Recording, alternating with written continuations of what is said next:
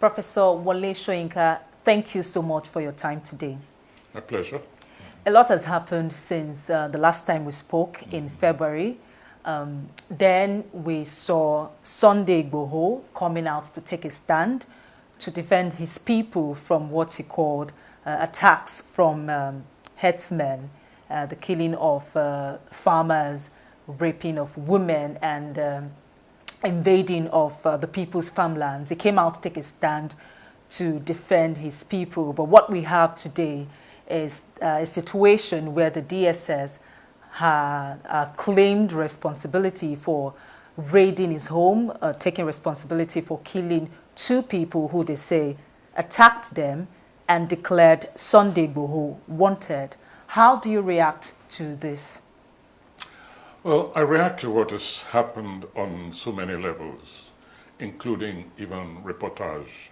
For instance, going through the papers, one prominent and respected papers, there was a sentence which said, for instance, the government had moved against secessionists and other criminals. Now, that's a very loaded and wrongful expression. Would-be secessionists, and other criminals. How can you place the will or the wish for separation as a criminal act? That kind of language does not exist in the Constitution, doesn't exist in law.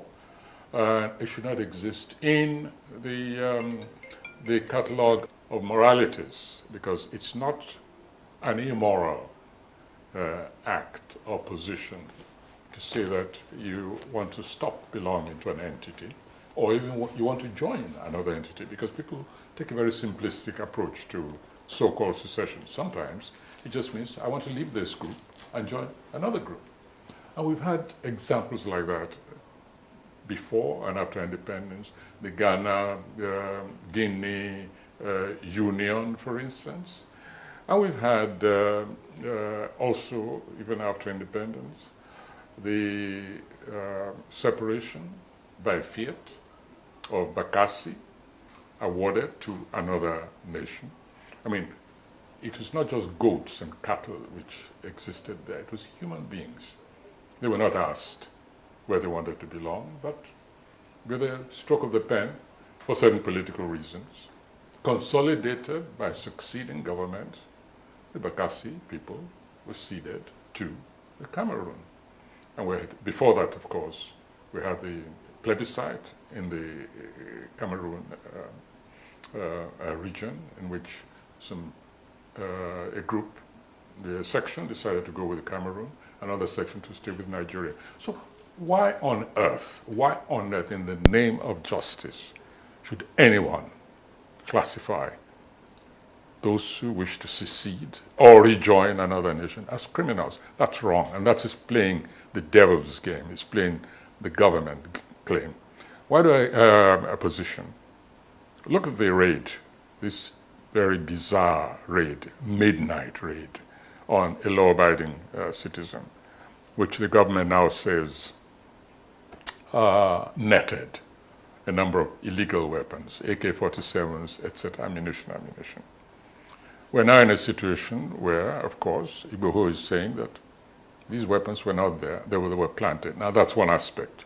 We can deal with that later on. But more important for me was the position of the government, saying that the existence of these weapons, quote-unquote existence, in Igboho's place, proved that he was planning war against the state. Now, that position, that statement, very loaded statement, was simply to conflate, deliberately to conflate issues. It was to obscure the fact that Igboho and other people, myself included, have been decrying the depredations on the lives of law-abiding citizens, farmers especially, throughout the whole nation, Benue, Kaduna, Nasarawa, etc., and saying that it's time, and not just civilians. Danjuma, at one stage, called on the people, said, don't trust the military anymore. defend yourselves, whichever way you can. And other governors, some governors, other voices like governors, have made exactly the same statement. Now, Igboho, even if he had those weapons, he's claiming that his mission was to liberate his people from the tyranny of squatters who now become violent overlords. And he has a good cause in that sense. Testimonies of citizens, farmers especially, who have been brutalized, dehumanized by these squatters who have acknowledged and identified themselves as Fulani, that this decades and decades of this kind of anomalous situation in which the people did not receive the necessary, mandatory, and entitled defense and protection by the security forces, in which sometimes it is the victims who've been jailed, put in prison. There is a recent case in Ibarakba, for instance. We read the personal testimonies of those who were arrested and detained by the police simply for going to challenge those who were tyrannizing over the existence and raping their women. So now, you have a situation where a government is saying, oh yes, the existence of these weapons means that Igboho was planning armed insurrection against the state. So the whole thing from beginning to the end just stinks. The raid, the motivation has become very, absolutely implausibly, degraded. And right now we're in the kind of situation which we have warned against. We called on the government to accept its responsibilities. And when eventually now citizens say, enough, we're going to protect ourselves, you say they are arming against the state. A language which we never used to describe or to accuse those who have been proven to be the aggressors in this case. So where are we, you tell me? After raiding his home, the DSS had come out to say that Sunday Igboho is wanted and that he should turn himself in. What would you advise he does in this situation? Well, my advice is not even so much Igboho, but to the government, that they should stop pursuing this person as a criminal. Because you have begun by acting in a criminal fashion against him. Because if and when Igboho comes to trial, I guarantee you it's the government which will be very, very embarrassed. Very embarrassed. So it's not even in the interest of the government. I think they should just tell Igboho, we made a mistake. We should not have acted in this way. You are no longer wanted. Please go back to your home. In fact, escort him to his home, quietly, and let him resume his normal life. To declare him wanted. And again, this is another issue of language. I read in some papers, Igboho is in hiding. Well, but more accurately, he's probably just gone underground, to protect himself and perhaps to be able to continue his declared struggle. I'm not talking now about the secessionist aspect of his struggle. No, I'm talking about what Igboho came out to do and which I believe is still his mission in this nation, to protect, defend his own people, and to let the aggressors know that they are not lords of this nation or any section of it, apart from what they are constitutionally entitled to. So I think the government, it's in no interest. If you bring Igboho to trial, you're just going to get mud in your face, clearly. As far as I'm concerned, it's up to Igboho to decide. He knows what the circumstances were. He knows what happened before his people were killed. And he's the only one who can judge, who can decide for himself. I cannot advise him. Yes. The last time we spoke, Professor, you talked about the methods of Sunday Igboho and how that there were concerns around his methods and that there were talks going on and a lot of things going on, that we couldn't see, to make sure that, in as much as he was standing for the right thing, that his methods would align with what is also right. So where are we on that? Well, when you talk about methods, for instance, I want to distinguish. There are two very heavy issues on our hands at the moment, even though both allegedly bear the name secession.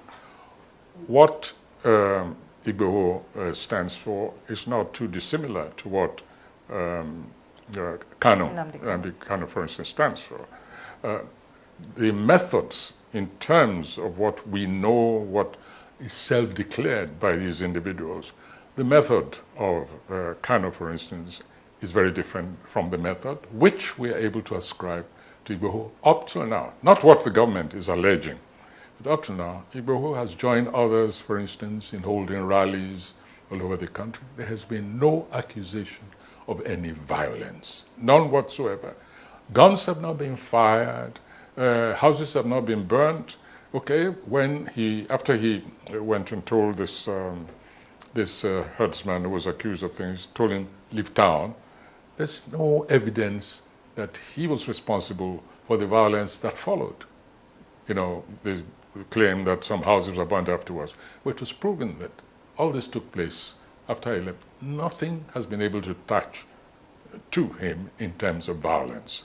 So we have that approach to what you might even call a meeting of minds. And we have to separate all those things, just as we must separate the principle of separation from whether we actually want it. Let me make this quite clear, because very often this is conflated and it makes discourse very, very difficult. It's first of all the issue of the right of a people to secede or not secede, to amalgamate or not amalgamate. That's one thing. And for me, that is incontrovertible. People are born free as individuals and as groups, as community. They have historic aspects of history which make them recognizable as one entity or not. And whether they have a right to move out or move in, that for me is a fundamental principle of human existence and even social evolution. You see, one begins to understand, for instance, why, very strangely, some people got up and stopped the teaching of history in this country.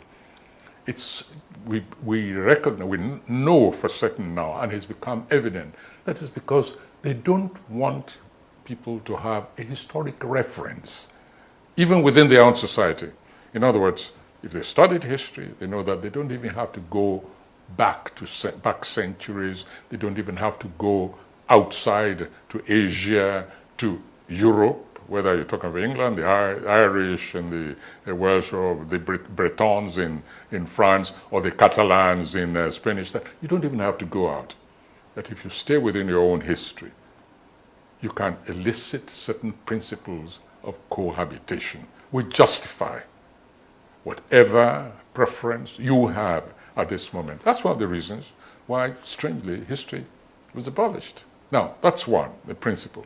Two, however, what do you and I want? Do we, as personal preferences, want to stay together, or do you think it's perhaps best that we should separate? That's a secondary issue. And as long as people keep conflating those two, positions will be mistaken, paths towards even achieving one's own preference will be blocked because of the emotionalism which is attached to staying together, this pietistic, theological concept of this is better than the other. Let's put that aside and talk about the practical issues. What makes it possible, rational, beneficial, productive, progressive for people to stay together or to stay apart? That then makes it possible for me to say, let us say to Kanu, listen, it is better we stay together. given history, given the economic issues, given the geopolitics of our moment, etc., then we can actually talk. But there can be no discourse if you keep thundering against all evidence, against history, against contemporary realities all over the world, saying the sovereignty of Nigeria is non-negotiable. You're saying there's no discussion. And that's when people like Igboho, they transit from merely defending themselves against internal enemies, especially when they see that those internal enemies appear to be supported by the state, by the force of the state. That's when they then transit from that situation of direct, focused, internal obstacle, and then transit to say, okay, enough is enough, let's go. That's why I say we must distinguish between those two. Yes, let me just ask you, Prof, straight on. Do you support the call for a Yoruba nation then? You personally, do you support the call for a Yoruba nation? I don't like the sound of a Yoruba nation any more than I like the sound of a Tiv nation, of an Igbo nation, a Shikei nation. No. The reason is this. There are certain pejorative overtones, certain chauvinistic overtones attached to it. That's not the issue. The Yoruba, for instance, can say, and when you talk about Yoruba nation, are we talking about the creation of a Yoruba nation within Nigeria only, or across the colonial borders into Cotonou, into Republic of Benin, where you know Yorubas exist, and moving on to Togo, you know, even when you get to Ivory Coast, still see communities of Yoruba. So when you talk about Yoruba nation, I have to understand exactly what you mean. Do we even talk about the Yoruba in the diaspora or not? So it's a question which for me, which is not for me to answer at this particular moment. All I know is this, that on a sentimental level, and of course sentiment is very different from objective reasoning. On a sentimental level, yes, I would prefer us to try and mend and manage what we have, but under certain very rigorous conditions. And that is it. What? The condition, decentralization. We have to move away completely from this constitution which was imposed on us by an internal neo-colonial force called the military. Now, if it had worked, if it were working, my position might be different.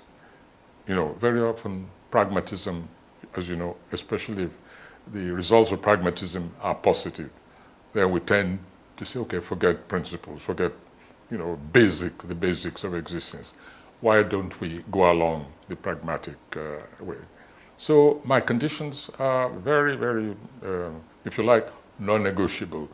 That we've got to get away from the present political arrangements because they clearly are not working. They are creating internal overlords. They are creating a skewed, a lopsided revenue sharing system.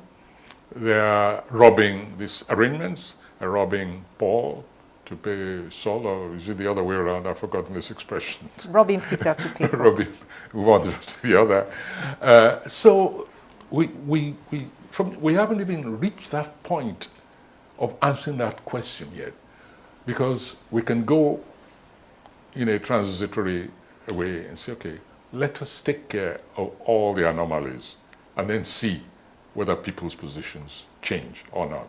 But right now, what we have is not a nation, but a basket case. It's a real basket case, which is just shriveling and disintegrating all over the place, and all the contents are spilling over the basket. And all we're trying to do is say, oh, hold it there, grab it there, cover it there, cover that leak, and so on. A nation can't continue like this. It's obvious. And some people are more impatient than others. That's all. Let's talk about the arrest of the leader of IPOB. How did you respond to that? Well, Nigeria, for me, it's not for me to tell the government to prepare itself, because there's going to be a huge squawk when the truth about how Kanu was arrested, when the truth comes out. our nation is, people are alleging this and that and that. So that's one phase, whether Nigeria has acted outside international law. That's one issue. The second issue, however, has to do with Kanu's conduct outside the nation.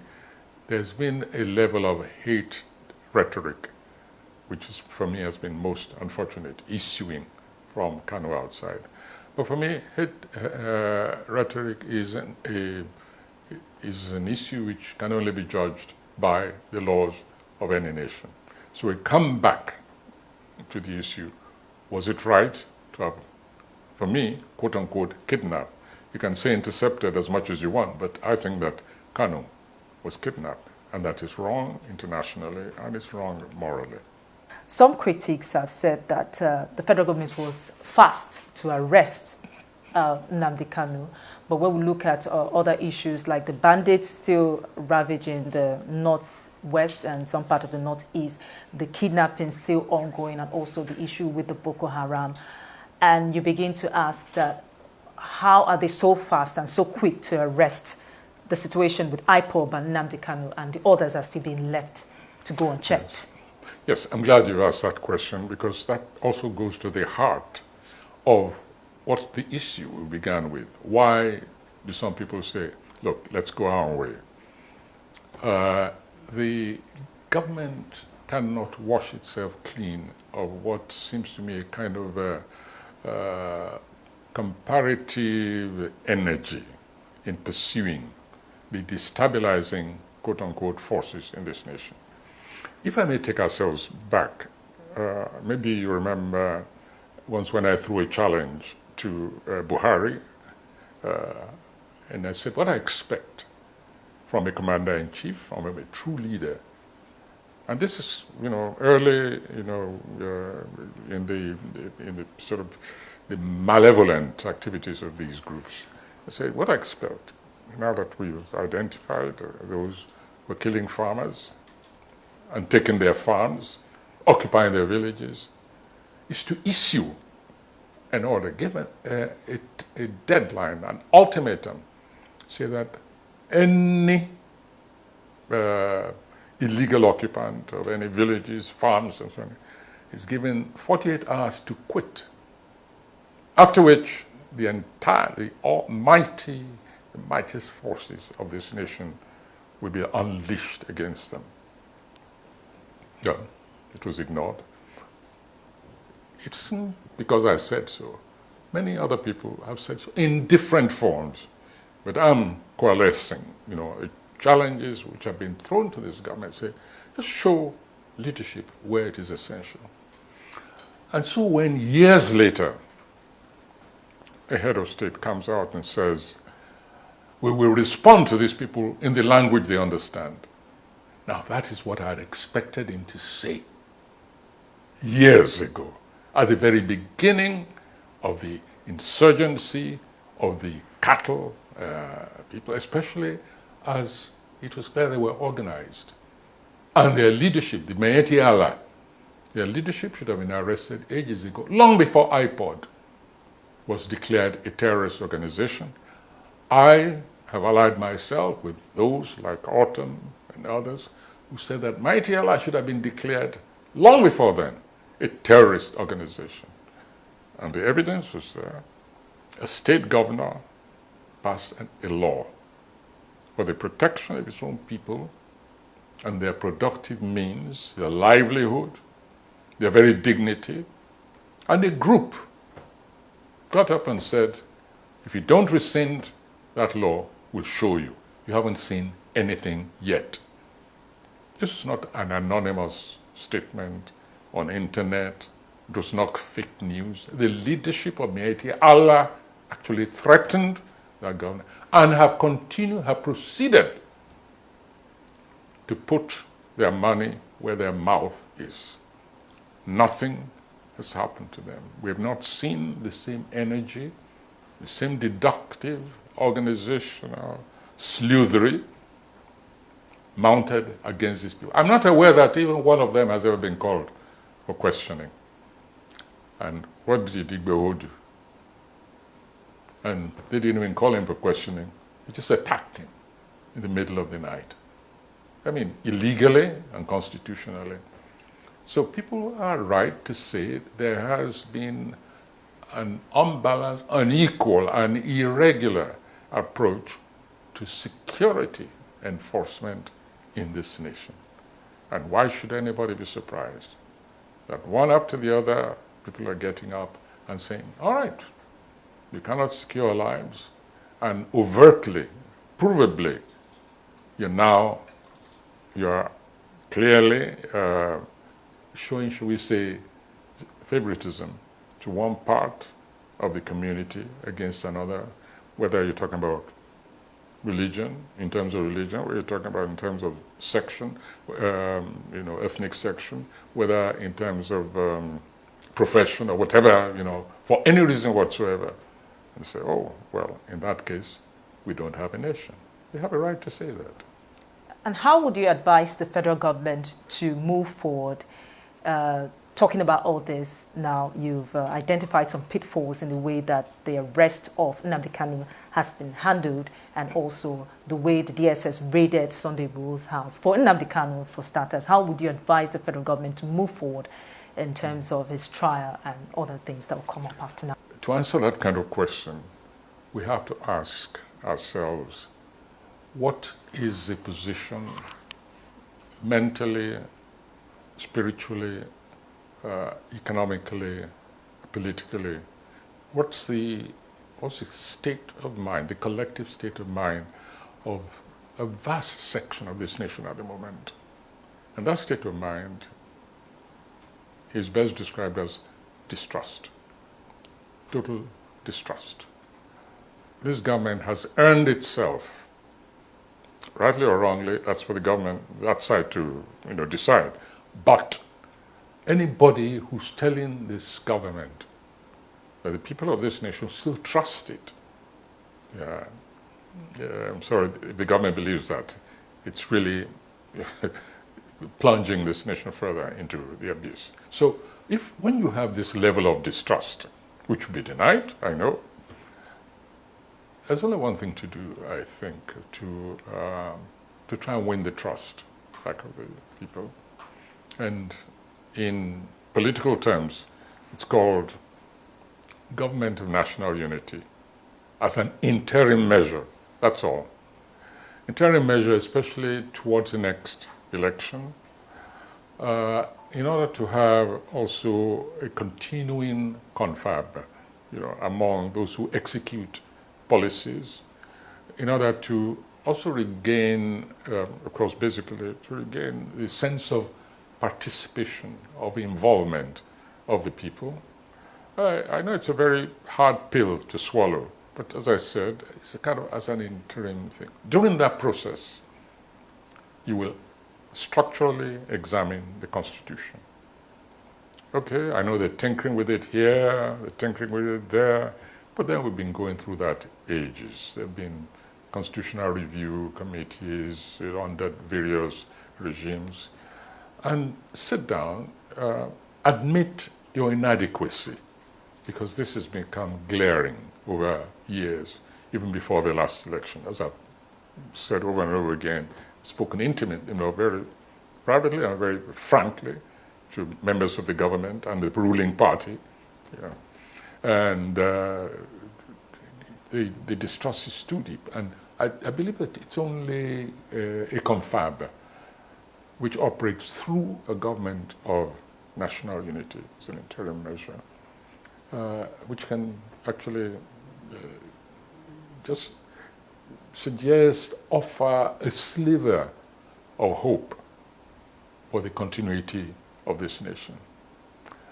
So much damage has been done over the past few years, a lot of damage. I mean, it's visceral, it's spiritual, and it's pragmatic. You have a situation where, to cite some of the atrocities which people like Igboho try to remedy, for instance, you have a situation where this group of people who call themselves Fulani herdsman headed by Mieti Allah can go to that western corridor or your Okeo area, northern, they call it Okeogun, that place which I'm very familiar with. These are my hunting grounds. I know the people there very intimately.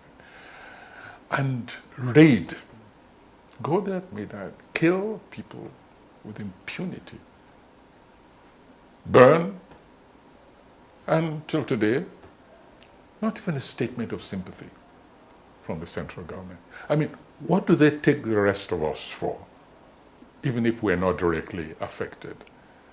How do you expect us to continue normal existence when we read every day Bayelsa, all the way deep down Bayelsa, the herdsmen have struck? Banditry is a criminal, straightforward criminal thing. We can say before the security, before intelligence, before this, before that. But when a group of commercial people who, however, have been militarized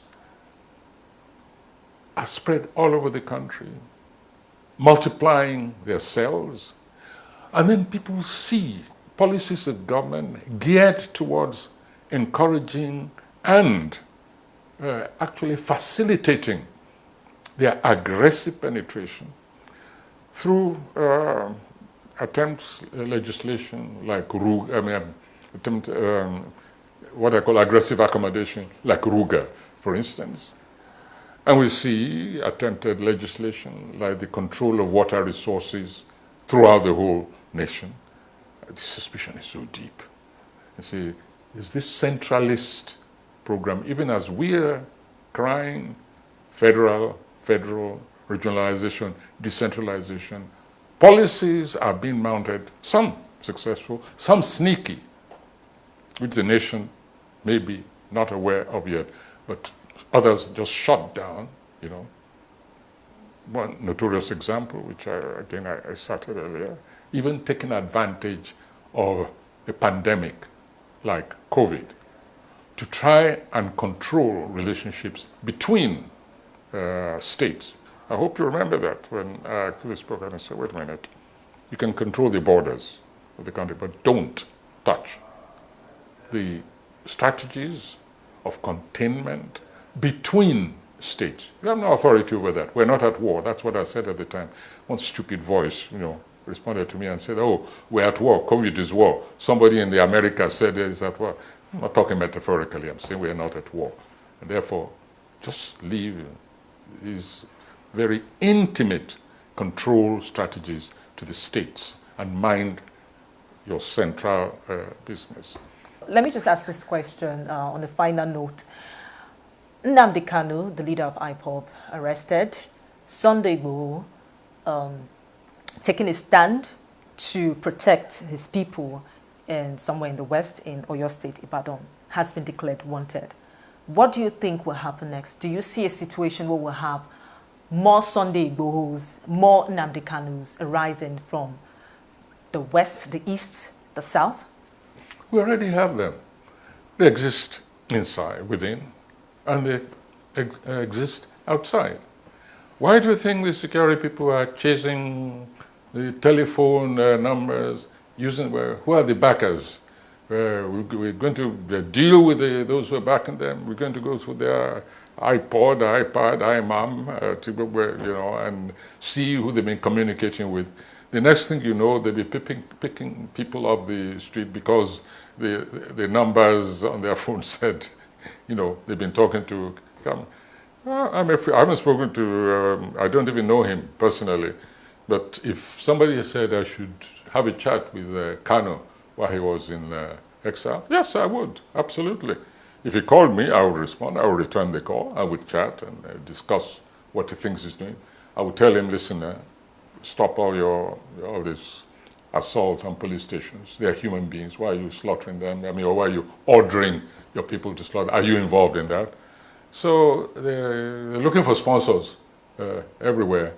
And so I'm quite sure that there are sponsors, there are people who support them. But we've heard this before. We heard about sponsors for Boko Haram. And we heard that, oh yes, we've got a list of them, and they're all going to be brought up in court very soon. They'll all be named. I don't know about you, but I haven't seen a name. I haven't seen anybody arraigned yet. Maybe it happened. I'm sorry, I'm not always there. I'm not au fait with what is going on, so let me not lie against myself. But I wouldn't be surprised if faster than we've seen the arraignment of the sponsors of Boko Haram, of the bandits, of the Fulani husband, faster than we've ever witnessed that, we will see absolute revolutions galore, accused, alleged sponsors of both iPod and Igboho, probably even their own relations. You will see. So are you saying that Nigeria should, even if they're able to stop Sunday Igboho, for instance, stop Nnamdi Kanu, Nigeria should be prepared for more Sunday Igbohos and more Nnamdi Kanus to rise up and continue the struggles of this one? I'm saying they're already there. I don't want this government to deceive itself. They're already there. It's not Igboho who's the issue. It's not Kanu who's the issue. It's a collective distrust, disenchantment. That's the word I want. Collective disenchantment with the conduct of this regime. And that's why I say it can only redeem itself. It can only reverse this downhill course it's embarked upon by now coming clean, trying to open a totally new page. Even forget the past. And let me use this opportunity to say this. And it's in response to some of the statements which have been made by some governors from a certain part of the country and some politicians. Nobody is saying that this problem began with Buhari. Nobody is saying it began with his government. Literally every president post the military era has committed lamentable crimes against the people, either through neglect or through action.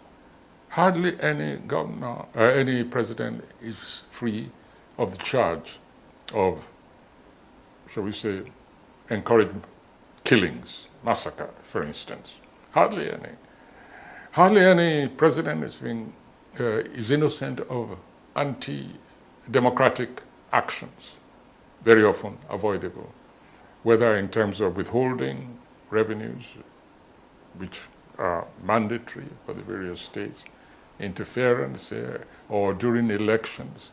And I want to advise people, please let people stop making invidious comparisons, because if we want to open the chapter of governance malfeasance of every president we've had since the military was supposed to have left the state, we won't get to any productive, proactive, remedial activity.